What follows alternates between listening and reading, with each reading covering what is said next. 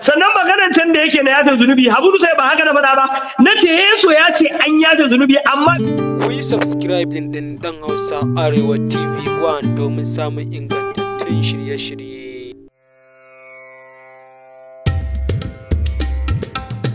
Malam Adam Ashaka za mu bashi minti 5 ya ɗauraya akan waɗannan jawabai naka kafin mu dawo. So alhamdulillah bari in fara da Matthew chapter 11 verse 11. Yesu almasu da kanshi yace I'll speak to them in parable because seeing they see not, hear they do not hear. Yace neither they will not mean they will never understand.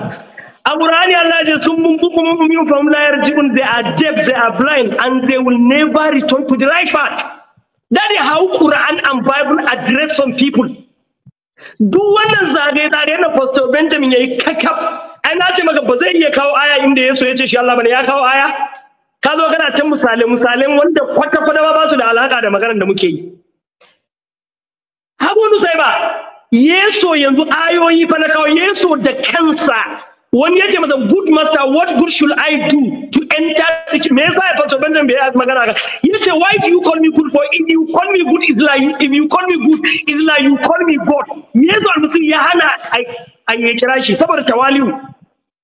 Sannan na kawo aya inda babu ya ce God can never be born by a woman, ba yanda za a yi ta mace ta haifi Allah, kuma muka kawo aya a Bible inda ya nuna Yesu mace ne ta haifi. Are you telling us that there is contradiction in the Bible? Dan idan har maganar ka gaskiya ne, so akwai contradiction a Bible. Sannan Yesu ya ce shi ba Allah bane, ku kun ce shi Allah ne, to tsakanin ku da Yesu waye makareci? One of you waye makareci tsakanin ku da Yesu?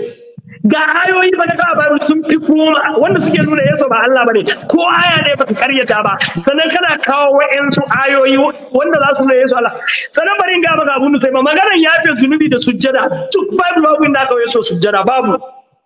Ka san me ya kamar yanzu ka je Yarbawa in za su yi gaida sarakansu su ba faduwa kasa suke yi ba. So an fadi kasa an gaida yazo shine Amar su ka je kasan Yarbawa ni kana a Lagos da aiki na rantsa da Allah har yanzu Yarbawa za ka sun fadi har fiskan su a kasa suna wasa wannan sujjada ne. Sujjada ku kawo min inda aka yi sallah amma sujjada ta sallah ku kawo babu. Sannan maganar kuma cewa kake duk Bible babu inda Yesu ya fi zunubi babu. There is no any verse in any version of the Bible where Jesus Christ forgives sin, nowhere. Duk ayoyin bari ga maka ayoyin da suke magana akan yafe zunubi a Bible kwata-kwata guda 7 ne.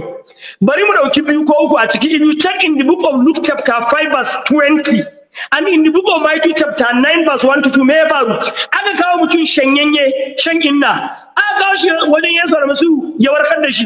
Bible ya ce when Jesus Christ saw his faith, he ya ce mishi your sin has been forgiven. Ka gane ko Bible ya ce da ya so imani ya ga cikakken imani a tattare da mutum nan, ya ce an gafarta ma zunuben ka. Malam Abu sai ba Yesu bai ce na gafarta maka zunuben ka ba, ya ce an gafarta maka. Abun tambaya nan waye gafarta maka? Mu tambayi Yesu ne ya gafarta maka. In the book of John chapter 5 verse 30 Jesus Christ said, on my own self I can do nothing. As I hear, I judge. My judgment is just. I seek not of my own will, but I seek the will of the Father who sent me. Yesu ya ce on my own self I can do nothing. Ni ba kashin kaina ba zan iya yin komai ba. Ba zan iya da zunubi ba kashin kaina. John chapter 5 verse 30. Sannan in the book of John chapter 12 verse 49 Yesu ya ce I have spoke. Yesu ya ce I have not speak on my own authority, but the Father who sent me, he give me a commandment of what I should say and what I should speak unto, and I know his commandment is everlasting life. John chapter 12 verse 40 ya ce I have not spoke on my own authority. Ya ce ni ba duk abin da kuka ji na faɗa a duniya, ya ce it's not on my own authority. What my Father tell me is what I said. Yadda shi bai taba faɗan son ranki ba, duk abin da ka ji na faɗa Allah ne ya ce in faɗa sannan in faɗa. Ba shi ne Allah ya ce wa Annabi Muhammadu wa ma yantiqu anil hawa in huwa illa wahid yuha annabahu shadidul quwa ba. Dukkan annabawa haka suke. In the book of Amos chapter 3 verse 7 Bible said God Almighty reveal anything to his servant through his prophet. So shi Yesu almasihu wannan saboda imanin shi Allah ne ya ce wa Yesu almasihu wannan na gafarta mar zunubin shi. Yesu almasihu ya ce your sin has been forgiven, an yafe ma zunubanka.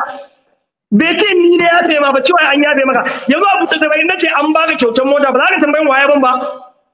me yasa Yesu bai ce na yafe maka zunubai ka ba, yace your sin has been forgiven, an yafe ma, wa yafe mar?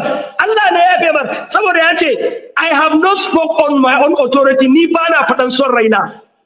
Whatever I said, it is my God, my Father who tell me before I said. Yace bai taɓa faɗan son rashi ba, duk abin da kuka ji na faɗa, Allah ne yace in faɗa. Saboda haka Allah ne ya yafe wannan mutanen zunubansu, saboda Allah ya ga imaninsu da tawali'u nasu, Allah ya yafe musu zunubansu. In the book of Amos, ka duba Amos chapter 3 verse 7, Bible ya faɗa clearly, yace Allah baya in yana magana da bayi shi yana ne ta bakin annabawan shi. Na ga ayoyi guda 10 na wanda suka ce Yesu annabin Allah ne, baka ce kawai ba, saboda haka Allah ya yi magana ta bakin Yesu almasihu, yace wannan na ya yafe mar zunuben shi. Kuma ayan bayan cewa ta yi Yesu almasihu yace musu your sin has been forgiven. Pastor Benjamin na zan ka bi ni jin turanci kuma ka bi ni fahimtar turanci. A turanci ya ce your sin has been forgiven, me ake nufi? An yafe maka zunubenka, waya